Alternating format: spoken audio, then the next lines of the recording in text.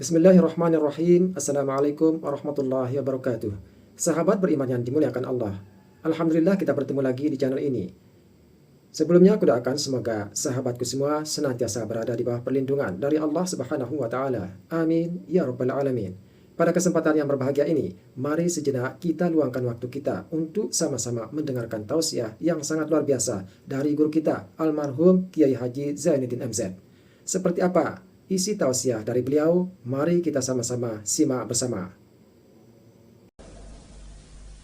Apabila datang kematian menimpa seseorang, datanglah kiamat baginya. Itu yang disebut dengan kiamat kecil. Hakikatnya mati adalah perpindahan dari kehidupan di dunia ini menuju kehidupan di alam barzakh. Menunggu kita di alam barzakh sampai datangnya saat kiamat, entah 10 tahun, entah 100 tahun, entah 1000 tahun, hanya Allah saja yang maha tahu. Adapun orang-orang beriman yang melakukan amal kebajikan dalam kehidupan di dunia ini, masa penantian yang lama di alam barzakh buat mereka sebentar saja. Tetapi bagi orang-orang kafir yang ingkar, yang tidak beriman kepada Allah, yang hidup di dunia cuma menumpuk-numpuk dosa, tentu penantian di alam barzakh akan merupakan waktu yang sangat lama. Bukankah dalam kehidupan kita waktu itu memang relatif? Contoh misalnya, bagi pemuda-pemudi yang sedang duduk asyik memadu cinta, waktu 4-5 jam saja rasanya cuma 4-5 menit. Tenggelam oleh keasikan. Tapi buat orang yang berbaring di rumah sakit, meratap di balik-balik apa itu tembok derita kata lagu, di balik dinding-dinding penjara, sehari bagai seminggu, seminggu rasa sebulan, sebulan boleh jadi rasa setahun. Penantian yang sangat lama. Kapan kiamat itu akan datang? Ini rahasia Allah. Jangankan kita yang orang awam, baginda Nabi sendiri tidak diberitahu oleh Allah kapan kiamat itu akan terjadi. Tetapi sungguh pun demikian, banyak hadis-hadis yang menjelaskan ciri atau tanda-tanda datangnya kiamat. Nah, kalau sudah bicara soal tanda kiamat itu ada 2. Pertama yang disebut alamatus sughra, tanda-tanda kecil. Ini waktunya masih ada tenggang. Ada yang dinamakan alamatul kubra, tanda-tanda besar. Artinya kiamat sudah diambang pintu. Apa tanda-tanda kecil dari datangnya hari kiamat itu? Misalnya kata Nabi, apabila ilmu sudah diangkat oleh Allah, artinya apabila ulama sudah banyak wafat, minat orang belajar agama berkurang, lalu kebodohan nampak merajalela di mana-mana, zina dikerjakan secara terbuka, minuman-minuman keras jadi kebanggaan. Itu termasuk di antara tanda-tanda kecil terjadinya hari kiamat. Apalagi misalnya iza waladatil ammatu rabbataha, apabila budak sudah melahirkan tuan. Apa maksudnya? Ada yang mentafsirkan apabila anak sudah bisa membudaki orang tuanya. Orang tua yang melahirkan dia, yang membesarkan dia, demi setelah si anak besar jadi orang berpangkat, bertitel, berharta, berkedudukan, jadilah orang tua itu budaknya. Sehingga sering dibilang kalau orang tua kaya, anak jadi raja. Tapi kalau anak yang kaya, orang tua sering jadi budak. Apalagi munculnya fitnah yang bergelombang, timbul perang antara dua bangsa yang besar, waktu berjalan terasa sangat pendek sekali. Itu merupakan tanda di antara tanda-tanda kiamat. Termasuk di dalamnya sulit membedakan mana laki, mana perempuan. Kan kalau tanda-tanda kayak begini sekarang sudah banyak kita lihat kan. Ulama banyak wafat, penggantinya sulit. Zina dikerjakan berterang-terangan, minuman keras jadi kebanggaan. Banyak anak membudaki orang tuanya, sulit membedakan mana laki mana perempuan.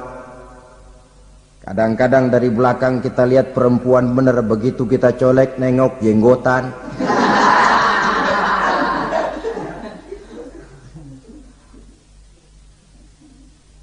Ini termasuk tanda-tanda kecil, masih ada tenggang sampai akan terjadinya kiamat itu. Nah, yang dimaksud dengan tanda-tanda besar, ini tanda besar artinya kiamat sudah di ambang pintu. Pertama, matahari terbit dari sebelah barat. Apabila matahari sudah terbit dari arah sebelah barat, tertutuplah sudah pintu taubat. Bersabda Nabi kita, la taqumus sa'atu hatta tatlu'a syamsu min maghribiha. Tidak akan datang hari kiamat sampai matahari terbit dari arah sebelah barat. Fa iza tala'at, manakala matahari telah terbit dari arah sebelah barat, wa ra'ahan nasu, manusia banyak menyaksikan itu, amanu ajma'un, mereka pun lalu beriman. Yang tadinya kafir, yang tadinya ingkar, yang tadinya membangkang, setelah melihat matahari terbit dari sebelah barat, buru-buru beriman, berlomba-lomba mengucap dua kalimat syahadat. Tapi apa yang terjadi? Kata Nabi, wadzalika hina la yanfa'u nafsan imanuha lam takun amanat min qabl. Hari itu adalah hari yang iman sudah tidak berguna lagi bagi seseorang apabila sebelumnya memang dia tidak pernah beriman. Au kasabat fi imaniha khaira, atau beriman tetapi tidak pernah melakukan kebajikan di dalam keimanannya itu. Hari yang sudah kasib, hari yang sudah terlambat, beriman tidak akan ada gunanya lagi. Ini pelajaran buat kita. Sebelum sang surya terbit dari sebelah barat, sebelum nafas sampai di tenggorokan, artinya pintu taubat masih terbuka. Kalau dua hal itu sudah terwujud, nafas sudah sampai di kerongkongan atau matahari sudah terbit dari arah sebelah barat, tertutuplah sudah pintu taubat. Tak ada lagi gunanya pangkat, jabatan, harta, bahkan beriman pun dalam suasana macam itu. Too late, kata orang Kulon. Sudah terlambat. Matahari terbit dari arah sebelah barat. Itu tanda besar, artinya kiamat sudah di ambang pintu. Lalu apalagi tanda besar? Munculnya Dajjal. Dajjal artinya pendusta-pendusta yang menyesatkan manusia. Ada dua macam Dajjal, saudara. Ada Dajjal kecil. Ini Dajjal kelas teri. Kalau ini sejak zaman Rasulullah sudah ada itu. Tiap zaman ada. Di zaman Rasulullah misalnya ada yang bernama Aswad al-Unsi dari Yaman. Ada yang namanya Musailamah al-Kazzab dari Yamamah. Ada yang namanya Ibnu Sayyad dari Madinah. Ini Dajjal di zaman Rasul. Musailamatul Kazzab memproklamirkan diri jadi nabi dia. Di zaman Rasul masih hidup. Ini Dajjal zaman Nabi. Di zaman sahabat muncul Dajjal-Dajjal. Di zaman kita sekarang ini Dajjal-Dajjal pun gentayangan. Dajjal-Dajjal kelas teri. Kerjanya mendustakan manusia, menyesatkan manusia, memalingkan manusia dari jalan yang benar dan diridhoi oleh Allah Subhanahu wa taala. Adapun yang merupakan tanda besar dari datangnya kiamat, Dajjal-Dajjal kelas kakap. Pembohong-pembohong besar yang menyesatkan masyarakat manusia berpaling dari jalan Allah mengikuti jalan mereka. Apa sih ciri Dajjal itu? Kata Nabi dalam hadis Bukhari Muslim, "Inna Dajjala", sesungguhnya yang namanya Dajjal itu yakhruju, satu saat akan muncul mendekati hari kiamat. Wa inna ma'ahu ma'an, si Dajjal ini membawa air. Wanaran, dan juga membawa api. Dua simbol. Di tangan yang satu dia bawa air, di tangan yang satu dia bawa api. Wa ammal ladzi yarahu an-nasu ma'an fanarun. Adapun yang orang banyak lihat air, hakikatnya adalah api. Yang dilihat api, hakikatnya adalah air. Oleh sebab itu, kalau api yang ditawarkan, ambillah air. Kalau air yang ditawarkan, pilihlah api. Maksudnya apa ini? Ini bahasa simbol, saudara-saudara. Dajjal bicaranya seolah-olah untuk kepentingan manusia. Menawarkan surga. Surga yang dia tawarkan hakikatnya neraka. Hai manusia, kalau kau mau bahagia, jangan dekat-dekat dengan agama. Solat itu tidak efektif dan efisien, tidak produktif dari segi ekonomi itu. Menghadiri majelis taklim cuma buang-buang waktu.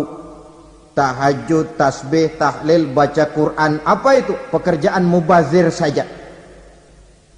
Hidup ini cuma sekali, masa yang cuma sekali, manfaatkan dengan sebaik-baiknya.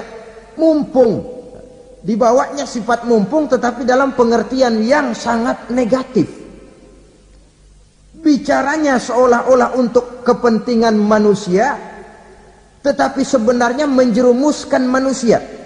Menawarkan air tapi sebenarnya api. Menawarkan api tapi hakikatnya air. Buat apa kamu sholat? Buat apa kamu bayar zakat? Buat apa kamu puasa? Surga yang dicanangkan Dajjal hakikatnya neraka. Neraka yang digambarkan Dajjal pada dasarnya adalah surga. Jadi memutarbalikkan fakta itu kerjaan Dajjal. Yang hak jadi batil, yang batil dibilang hak, yang benar jadi salah, yang salah malah jadi benar. Tuntunan disuruh jadi tontonan, tontonan malah menjadi tuntunan. Itu pekerjaan Dajjal profesinya. Zamannya Nabi Adam, Dajjalnya kan iblis. Betul? Betul. Apa sih rayuan iblis itu? Allah setelah menciptakan Nabi Adam kan bilang, Adam, kau dan istrimu Hawa tinggal di surga ini. Seluruh fasilitas yang ada di surga persilahkan kau nikmati. Satu yang tidak boleh, jangan coba-coba dekati pohon khuldi. Dekat saja jangan, apalagi sampai memetiknya. Datang Dajjal yang namanya iblis ini. Adam, kamu tahu nggak kenapa tidak boleh makan buah khuldi? Ya nggak tahu, pokoknya saya dilarang. Bodoh kamu Dam. Khuldun artinya kekal. Kalau kamu makan itu buah, kau akan kekal di surga buat selamanya. Allah tidak kepengen, maka dilarang kamu makan buah khuldi. Kalau kau ingin kekal di surga Adam, makan saja. Saya bicara begini ini untuk kepentingan kamu Adam. Ini kan ciri-ciri Dajjal. Bicaranya sih seolah-olah untuk kepentingan Nabi Adam, hakikat sebenarnya menjerumuskan Nabi Adam supaya ingkar dan melanggar larangan dari Allah Subhanahu wa ta'ala. Jadi setelah muncul Dajjal, timbul kekacauan-kekacauan di masyarakat. Banyak yang terpengaruh, terpedaya dan terpesona. Termasuk mereka yang memproklamirkan diri jadi nabi, mereka yang memproklamirkan diri jadi rasul di zaman sesudah Rasulullah wafat. Itu adalah Dajjal. Maka saya ingatkan, kalau di zaman kita sekarang ini ada orang ngaku jadi nabi, ada orang ngaku jadi rasul, biar bahasa Arabnya kental, Quran hafal, hadis ribuan hadis hafal, biar pakai serban sampai menyengser ke tanah, bahasa Arabnya fasih, tapi dia mengaku jadi nabi, jadi rasul, kita umat Islam wajib tidak percaya. Wajib untuk tidak percaya. Itulah Dajjal zaman kita sekarang ini.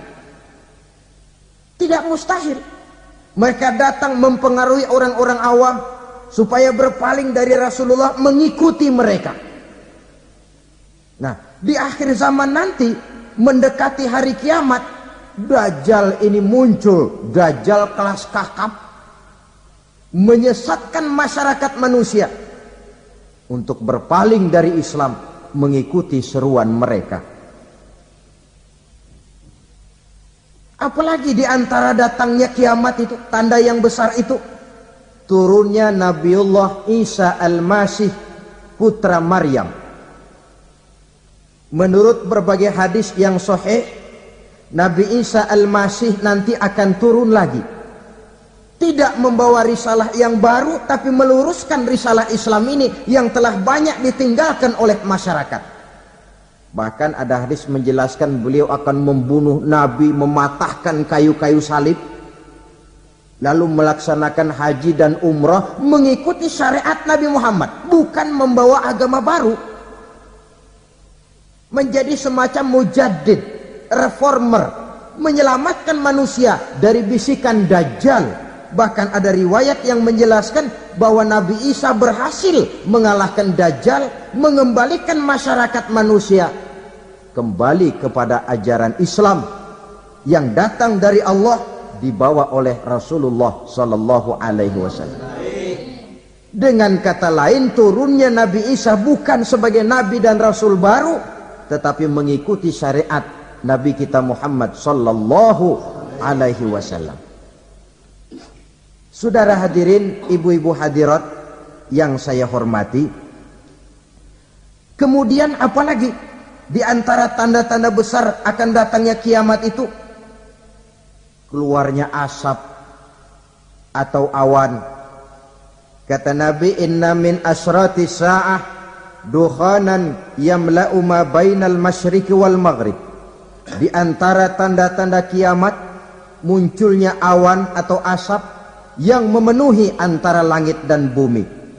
Ini pun diperkuat dalam surah Ad-Dukhan ayat 10. Fartaqib yauma ta'tis sama' bidukhanin mubin fayughshan nas hadza azabun alim. Bagi orang-orang yang beriman, mereka biasa-biasa saja. Tapi bagi orang kufur, datangnya asap dan awan ini merupakan azab yang kelewat pedih. Barangkali sedikit mendekati gambaran tentang azab yang pedih ini, saya ingatkan alam pikiran kita kepada peristiwa yang belum lama terjadi. Pernah dengar berita bocornya reaktor nuklir di Chernobyl, Uni Soviet? Pernah dengar? Bocornya reaktor nuklir di Chernobyl yang mengakibatkan ratusan bahkan sangat mungkin ribuan nyawa. Cuma satu reaktor. Bagaimana kalau seluruh cadangan nuklir yang dimiliki oleh para negara adik kuasa ini diledakkan? Bahkan yang konon menurut catatan, cadangan nuklir yang dimiliki bersama oleh Amerika dan Rusia sekarang ini sudah sanggup memusnahkan 6 miliar manusia. 1,5 kali lebih banyak dari jumlah manusia yang nongkrong di permukaan bumi ini. Saudara-saudara hadirin yang saya hormati, lalu saat mendekati hari kiamat, apalagi tandanya? Setelah Nabi Isa wafat, pada saat turunnya yang kedua kali, lalu Allah meniupkan angin sejuk. Semua orang-orang beriman, orang-orang baik wafat, sehingga penghuni bumi ini cuma tinggal lagi terdiri dari orang-orang kafir. Tidak ada lagi di bumi ini yang bisa mengucapkan Allah. Sehingga dalam hadis qudsi itu ada keterangan, innallaha azza wa jalla yaqulu li Israfil. Allah pernah pesan kepada malaikat Israfil, kata Allah, Israfil, iza sami'ta qailan yaqul Allah Allah fa akhirin nafakh 40 sanatan ikraman liqailiha.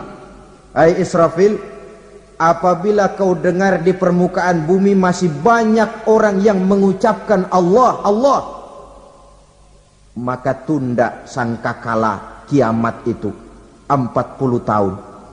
Untuk apa? Ikraman liqailiha, menghormati orang yang mengucapkan Allah Allah itu. Wah, jadi karena sekarang masih banyak yang mengucapkan Allah, besar hatilah kita, masih jauh kiamat itu. Tapi jangan lupa, kiamat pribadi, kiamat kecil itu yang nggak kita sangka-sangka.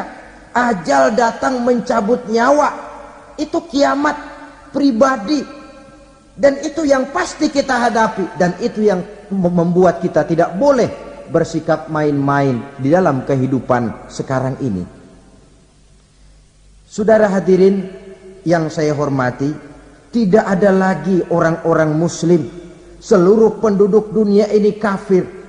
Lalu terciptalah struktur sosial yang berlandaskan prinsip hidup semau gue.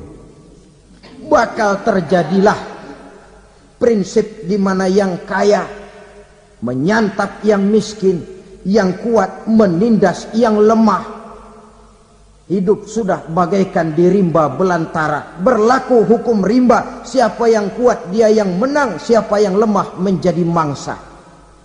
Timbul kekacauan, maksiat merajalela, munkarat menjadi-jadi, sehingga isi bumi ini penuh dengan segala macam perbuatan dosa. Tidak ada perlunya lagi alam diperpanjang temponya. Datang saat yang sudah dijanjikan oleh Allah Azza wa Jalla, maka terjadilah yang disebut kiamat kubra, kiamat besar, kiamat hancur-hancuran. Bagaimana kejadian ini dimulai? Dalam surah Az-Zumar ayat 68, Allah Subhanahu wa taala berfirman, wa nufikha fis suri fasa'iqa man fis samawati wa man fil ardi illa man sya'allahu. Maka manakala ditiuplah sangkakala, terkejutlah seluruh yang ada di langit dan seluruh yang ada di bumi.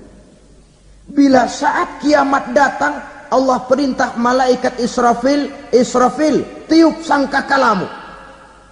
Ditiuplah sangkakala oleh malaikat Israfil. Yang akibat daripada tiupan itu, seluruh yang ada di langit, seluruh yang ada di permukaan bumi terkejut. Yang ada di langit siapa? Malaikat kan. Bayangin aja kalau malaikat kaget, apalagi kita. Terkejut seluruh makhluk yang ada di bumi, yang ada di langit mendengar suara sangkakala itu. Bunyinya tidak sanggup kita bayangkan dahsyatnya. Ledakan nuklir, ledakan neutron, belum apa-apa ketimbang bunyi sangkakala malaikat Israfil ini. Nah, lalu mendengar bunyi sangkakala ini, gemparlah makhluk, kacaulah alam. Bumi gempa, planet-planet bertabrakan, gunung meletus, air laut tumpah ke darat, angin topan bertiup, halilintar menyambar, lalu semua yang bernama hidup mati total. Mati bareng tanpa persiapan. La haula wala quwata illa billah. Saya kadang-kadang dalam tafakur bermohon, ya Allah, mudah-mudahan saya enggak nemuin kiamat beneran. Ngeri. Tidak bisa kita bayangkan macam apa suasana seperti itu. Allah saja banyak memberikan gambaran, misalnya Al-Qari'ah, wa mal qari'ah, wa ma adraka mal qari'ah. Kejadian yang menggemparkan. Tahukah kamu apa kejadian yang menggemparkan itu? Yauma yakunun nasu kal farasil mabsus wa takunul jibalu kal ihnil manfus. Pada saat itu manusia berterbangan bagai kupu-kupu. Gunung berterbangan seperti kapas ditiup angin. Gunung saja macam kapas, konon lagi manusia. Kematian total, mulai semut sampai gajah mati, jin mati, iblis mati, malaikat mati. Malaikat saja mati. Saudara hadirin yang saya hormati, kematian total yang tanpa persiapan. Orang bilang, Pak, kalau mati bareng begitu yang repot malaikat maut dong ya. Cabut sana, cabut sini. Itu kalau menurut logika kita, mestinya begitu menurut logika. Tapi logika juga yang bilang nggak perlu serepot itu. Sebab untuk mematikan listrik di wilayah DKI, di wilayah Jakarta, nggak perlu tiap rumah didatengin matiin ya lama. Cukup dari kantor pusatnya saja PLN tekan satu tombol, gelaplah seluruh Jakarta. Saudara hadirin yang saya hormati, kematian total. Lalu setelah kematian total, planet-planet juga mati, dalam arti tidak bergerak dan beredar. Angin mati, dalam arti tidak bertiup. Air mati, dalam arti tidak ada riak gelombang. Pokoknya semua mati. Kullu nafsin za'iqatul maut, semua yang bernafas mati. Dalam ayat lain, kullu man 'alaiha fan, semua yang ada di permukaan bumi fana. Yang kekal cuma Allah Subhanahu wa ta'ala. Yang paling belakang mati malaikat maut dan malaikat Israfil. Tapi mati juga sesuai dengan janji Allah. Menurut hadis Bukhari Muslim dari Abi Hurairah, masa tenggang waktu antara kematian total pada tiupan sangkakala pertama dengan proses kebangkitan pada tiupan sangkakala kedua 40 lamanya. Tidak dijelaskan oleh Abi Hurairah 40 jam, apa 40 hari, apa 40 tahun. Hadis-hadis cuma menyebutkan 40 saja. Sunyi alam yang tinggal cuma Allah saja lagi. Ketika itu Allah berseru-seru, katanya, limanil mulkul yauma. Siapa para penguasa hari ini? Mana itu raja-raja dan penguasa yang dulu mengaku jadi Tuhan? Fir'aun. Mana Fir'aun sekarang? Yang dulu jadi raja, merasa berhasil, sombong, lalu tidak mau turun-turun dari kekuasaannya, sampai kepada puncak kekurang ajarannya mengangkat diri jadi Tuhan. Mana itu Fir'aun? Namrus. Mana sekarang Namrus? La ilaha illa ana. Ternyata tidak ada Tuhan lain selain daripada aku, kata Allah. Proses kemudian, saudara-saudara, turunlah hujan dari langit 40 lamanya hujan itu. Tidak jelas juga 40 jam apa 40 hari. Setelah air turun membasahi, datanglah tiupan sangkakala yang kedua. Semua yang bernama mati bangkit dari kuburnya masing-masing. Ini yang disebut Yaumul Ba'tsi, hari kebangkitan.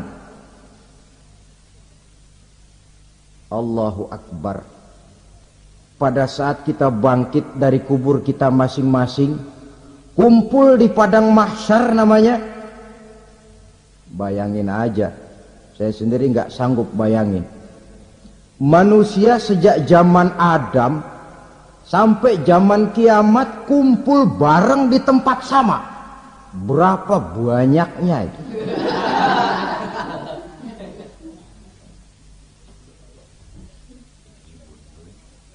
Dan yang luar biasa menurut satu riwayat, pada saat bangkit itu, Masya Allah, roman muka kita berubah, disesuaikan dengan amalan kita waktu di dunia ini. Barang siapa yang waktu di dunia amalannya itu amalan tikus, di akhirat nanti dia bangkit dari kubur, mukanya seperti muka tikus. Gagah betul badannya, tapi mukanya seperti tikus. Kenapa? Amalannya waktu di dunia seperti amalan tikus.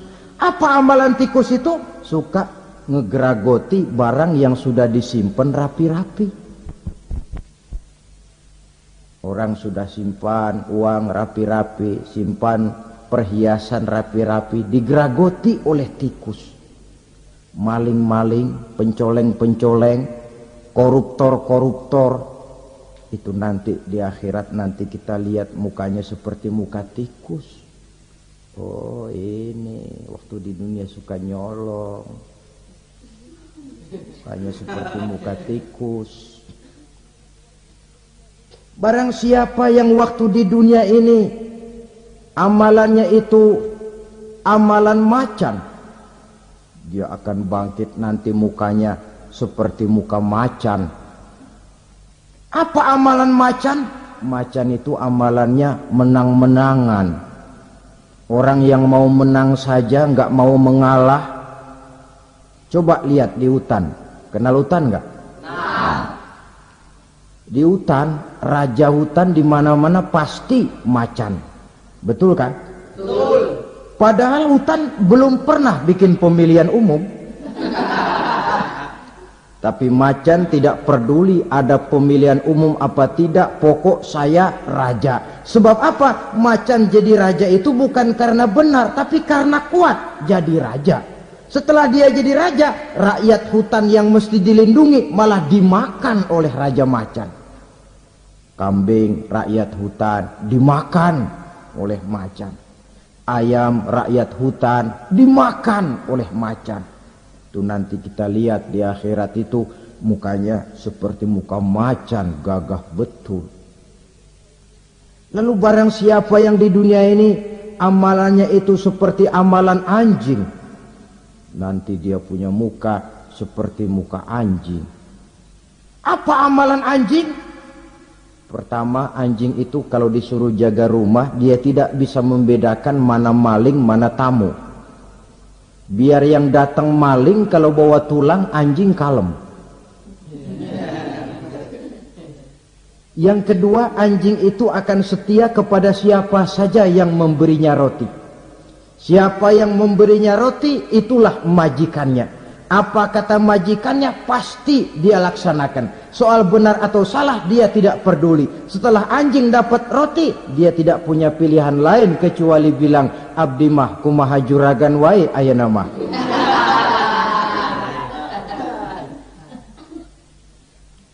Saudara hadirin yang saya hormati, berkumpul di padang mahsyar, tiap orang sibuk dengan persoalannya masing-masing. Matahari waktu itu didekatkan oleh Allah. Panas luar biasa. Ada yang saking panasnya itu mencucurkan peluh keringat sampai sebatas mata kakinya. Ada yang keringatnya sampai sedengkulnya. Ada yang keringatnya sampai sepusatnya.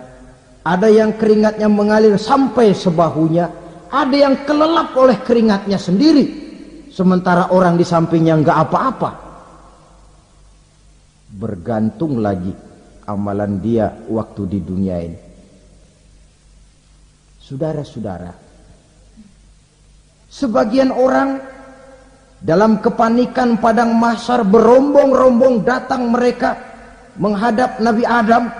Ya Adam, anta abal bashar. Hai Adam, Tuhan adalah bapak moyang manusia. Kami sebentar lagi akan disidang, dimintakan pertanggungan jawab. Tolonglah kami, hai Adam. Kata Nabi Adam, jangankan nolongin sampean, saya sendiri tanggung jawab di hadapan Allah. Ketika dulu tidak boleh makan khuldi, saya serobot. Sudahlah, urus diri masing-masing saja, nafsi. Begitu kata Nabi Nuh, begitu kata Nabi Ibrahim. Tiap orang bertanggung jawab sendiri-sendiri. Masya Allah, sangat luar biasa apa yang disampaikan oleh guru kita, almarhum Kiai Haji Zainuddin MZ. Sahabat beriman yang dirahmati Allah, jangan beranjak dulu. Tetaplah di channel ini, karena kajian ini belum selesai dan masih banyak lagi hal-hal yang menarik yang akan disampaikan oleh beliau. Maka dari itu tetaplah di sini dan mari kita lanjutkan kembali. Selamat mendengarkan. Ketika itulah saudara-saudara, nikmatnya menjadi umat Nabi besar Muhammad sallallahu alaihi wasallam. Sebab apa?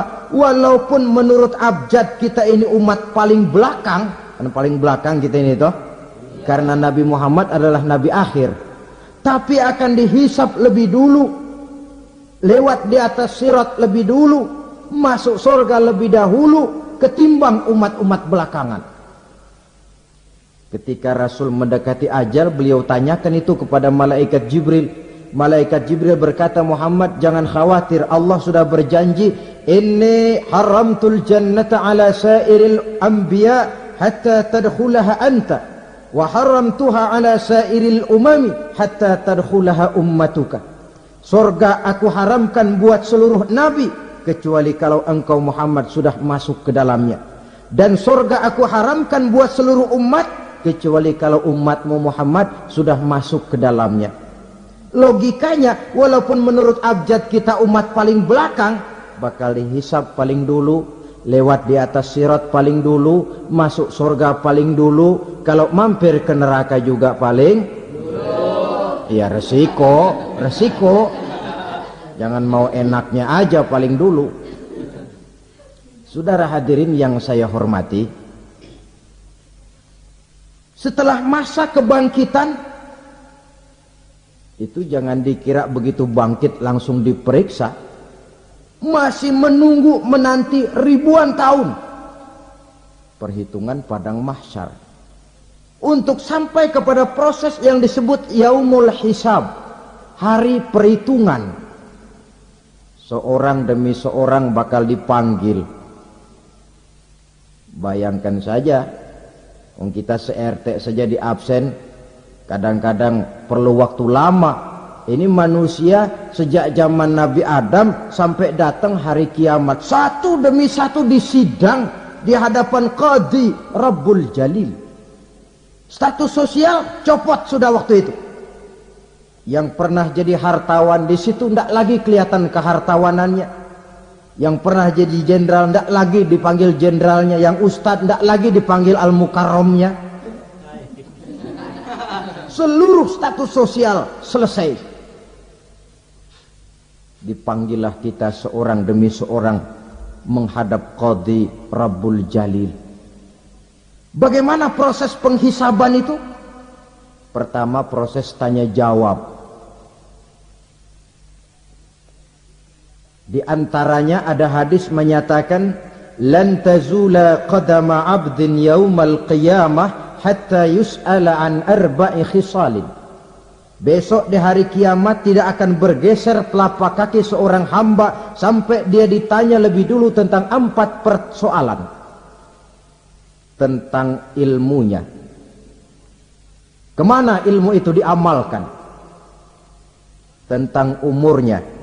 Di mana umur itu dihabiskan? Tentang masa mudanya. Kemana masa muda itu dipakai? Tentang hartanya. Dari mana harta itu didapat dan kemana harta itu dibelanjakan.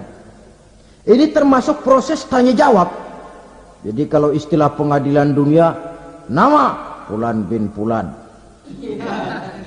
Kamu waktu di dunia diberikan umur panjang untuk apa? Pernah mengalami masa muda, kemana kau habiskan masa remajamu? Kau diamanahkan ilmu, dengan apa ilmumu kau amalkan?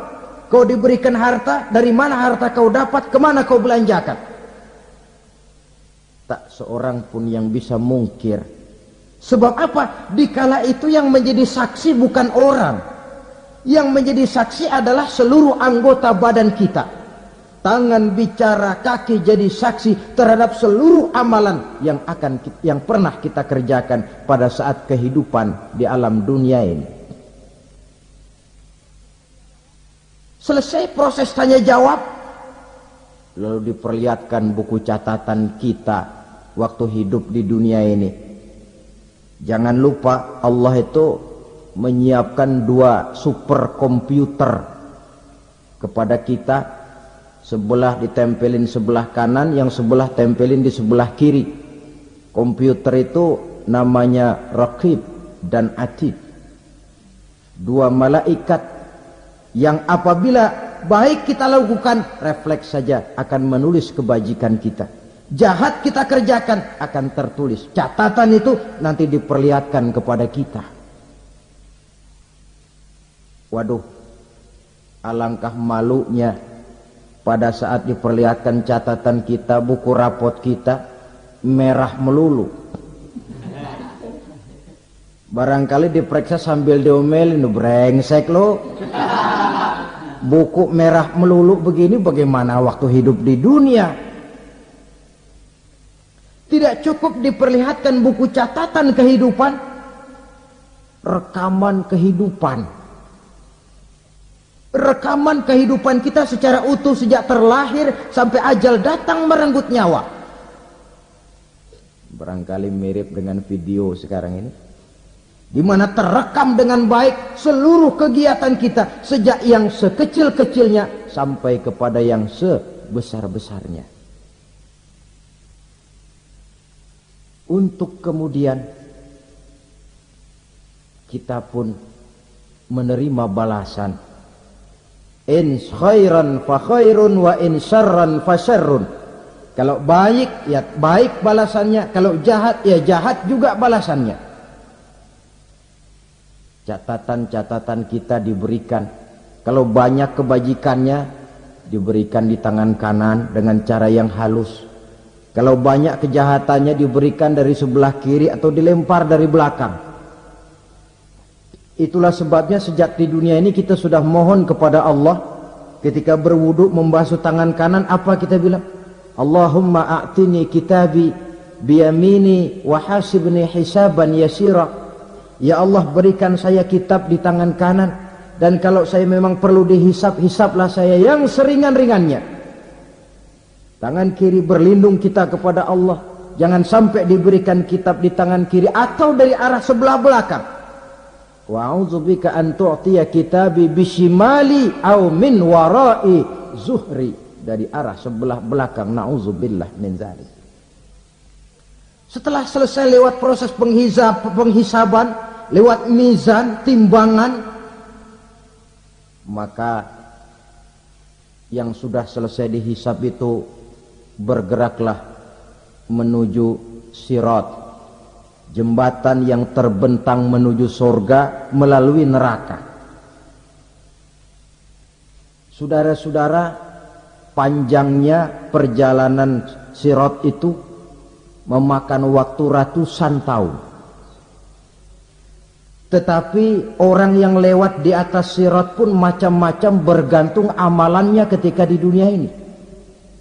Ada yang lewat di atas sirat itu kal barqil khatib, seperti kilat yang menyambar, lep, sudah sampai dia di surga.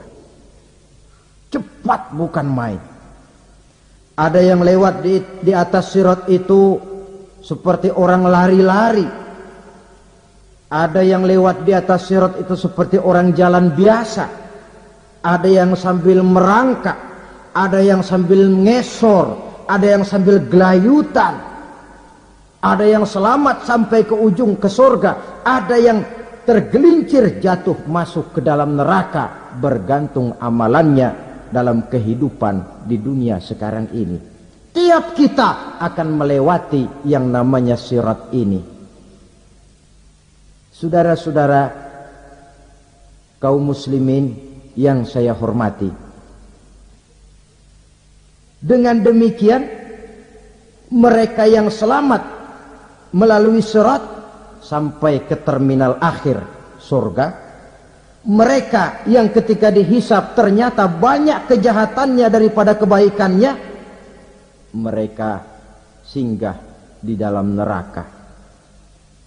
Nah, adapun orang-orang yang beriman menurut ayat Quran dan hadis Nabi itu nanti ada bermacam-macam. Ada orang beriman itu yang dimasukkan surga. Ada orang beriman itu yang dimasukkan ke dalam surga. Ada orang beriman itu yang disebut penduduk surga. Kenapa lain-lain, Pak? Karena waktu di dunia amalannya juga lain-lain. Ada orang beriman yang masuk surga. Ini paling murah tiketnya. Mau masuk surga? Kata Nabi begini, ma min abdin qala la ilaha illallah thumma mata ala dhalik illa dakhala al-jannah. Kalau seorang hamba sudah mengucap dua kalimat syahadat, dia yakin dengan kebenaran kalimat itu sampai matinya, orang itu akan masuk surga. Abi Dzar yang waktu itu diajak bicara heran, ya Rasul kok gampang betul? Iya. Walaupun orang itu mencuri, iya. Walaupun orang itu berzina, iya. Biar dia mencuri, biar dia berzina, kalau dia sudah mengucap dua kalimat syahadat, dia yakin dengan kebenaran kalimat itu sampai matinya, itu orang akan masuk surga. Jadi masuk surga cukup dua kalimat syahadat, yakin sampai mati, masuk surga. Itu perkara masuk. Tapi kalau pertanyaannya diterusin, masuknya kapan, Pak? Nah, ini lain lagi urusannya. Sebab ada yang masuknya itu langsung, ada yang mampir dulu. Di sana tempat cuma dua, kalau tidak surga, neraka. Mau ke surga tapi mampir dulu, yang mampirnya jelas di neraka. Kenapa? Dalam hadis qudsi ada riwayat, nanti itu di akhirat, setelah Allah selesai mengatur penduduk surga masuk surga, yang neraka masuk neraka, Allah berkata kepada malaikat Malik, malaikat Malik, labaik ya Allah, itu bajingan-bajingan tengik, manusia-manusia durjana yang waktu di dunia tidak mau sujud, jauh dari ulama, gemar melakukan yang munkarat dan maksiat, hidup di tengah masyarakat selalu jadi bibit keonaran, kufur, sudah masuk neraka semua. Sudah ya Allah. Nah, kalau sudah, coba sekarang kamu masuk, Malik. Saya, iya, masuk neraka. Mau apa ya Allah? Kata Allah, akhriju minan nar man kana fi qalbihi misqala habbatin min khardalin min iman. Kau masuk neraka, cari di dalam neraka orang-orang yang ada imannya walaupun kecil sebesar biji zarah, angkat mereka keluar. Masuk malaikat Malik ke neraka, cari orang yang ada imannya, korek-korek. Ya repot, udah pada gosong. Yang ada imannya diangkat ke atas, yang ada imannya diangkat ke atas. lalu dimandikan di Nahrul Hayat, namanya sungai kehidupan di akhirat nanti. Cakep lagi rupanya, bersih lagi wajahnya, apel di hadapan Allah. Kata Allah, bagaimana mas? Kapok enggak sampean? Kapok ya Allah. Nah, kalau kapok, idhab fadkhulil jannah, pergi masuk surga sana. Berangkat mereka ke surga, ketemu sama teman-temannya yang udah sampai lebih dulu, yang enggak pakai mampir lagi. Terjadi dialog. Kata teman-temannya yang udah pada nyampe duluan, mas, iya, emang baru sampai? Saya baru sampai. Memang mampir di mana dulu mas? Kita sudah lama sampai di surga. Saudara buka surah Al-Muddatsir ayat 34-35. Masalakakum fis saqar? Kenapa kamu mampir di neraka Saqar? Qalu lam nakum minal musallin. Mereka menjawab, kami mampir di neraka Saqar mas, gara-gara dulunya kami waktu di dunia tidak pernah sholat. Tidak pernah sholat? Tidak pernah. Kan rumahnya dekat masjid, cuma dekat doang mas. Sholat mah enggak saya. Enggak pernah ngasih makan fakir miskin, tidak pernah hadir di majelis taklim, pendeknya tidak pernah melakukan kebajikan. Maka saya pun mampir di neraka Saqar. Untung betul saya punya iman mas, sedikit. Waktu hidup di dunia dulu saya pernah mengucap 2 kalimat syahadat, sekali-kalinya waktu mau kawin. Masya Allah. Untung saja kawin, kalau nggak kawin polos.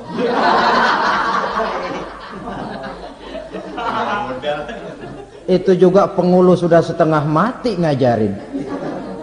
Asyhadu alla, asyaduaan, asyaduaan.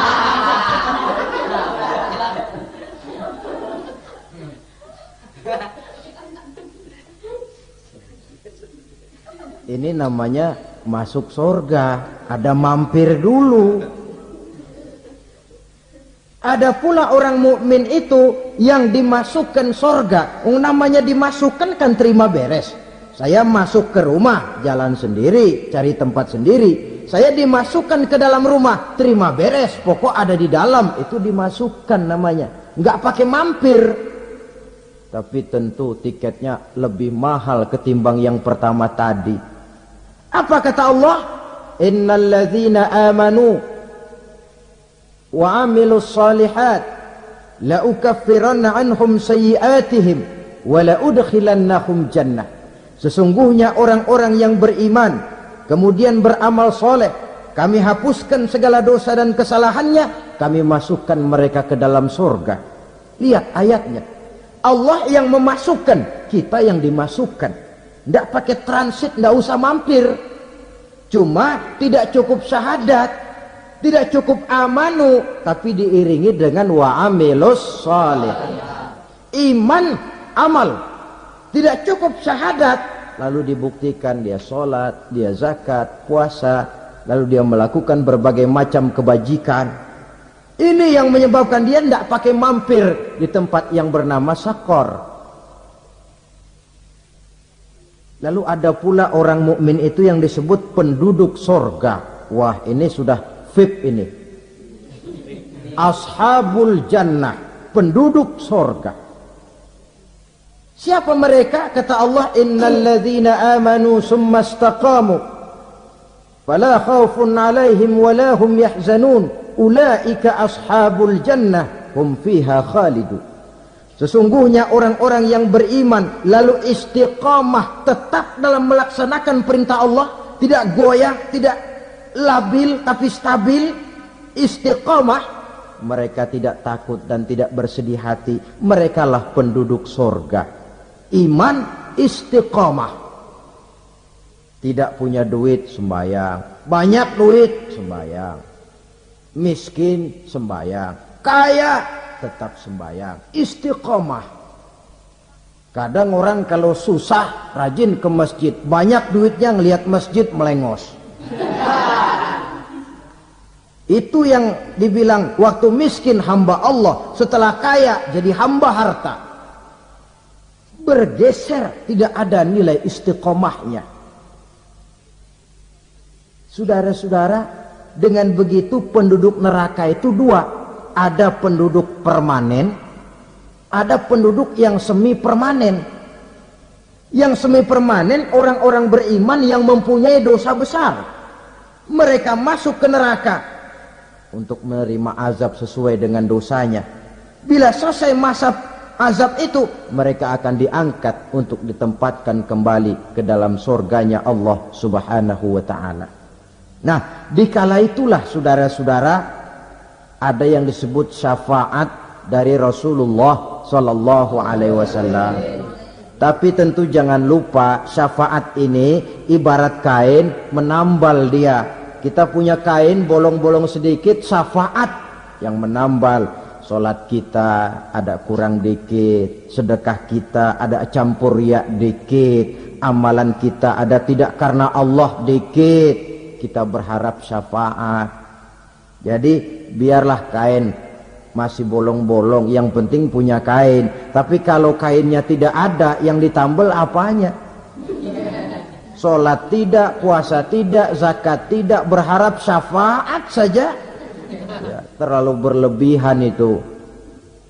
Saudara hadirin yang saya hormati, apabila selesai proses penghisaban, proses penghitungan, maka dikala itulah manusia terbagi dalam dua kelompok besar. Fariqun fil jannah wa fariqun fis sa'ir. Sekelompok orang-orang beruntung yang masuk ke dalam surga, dan sekelompok lagi masuk ke dalam neraka. Akan memakan waktu untuk menceritakan sifat surga dan neraka, tapi insya Allah pada kesempatan pertemuan lain saya sampaikan.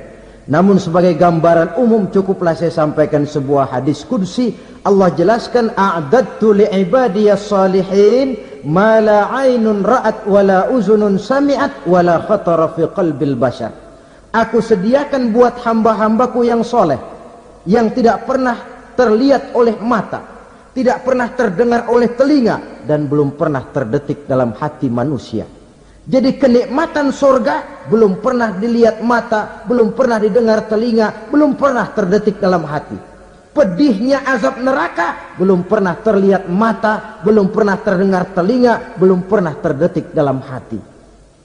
Saudara hadirin yang saya hormati, oleh karena itu, sebagai uraian akhir daripada kiamat ini, marilah sama-sama kita memanfaatkan hidup dengan sebaik-baiknya, supaya jangan timbul penyesalan di hari kemudian nanti. Mudah-mudahan kita seluruhnya diselamatkan Allah dari azab neraka dan mendapat surga dan ridhonya. Sekian dan demikianlah pertemuan kita kali ini. Terima kasih banyak atas segala perhatian. Mohon maaf atas segala kekurangan. Usikum wa nafsi bitaqwallah. Wassalamualaikum warahmatullahi wabarakatuh. Waalaikumsalam warahmatullahi wabarakatuh.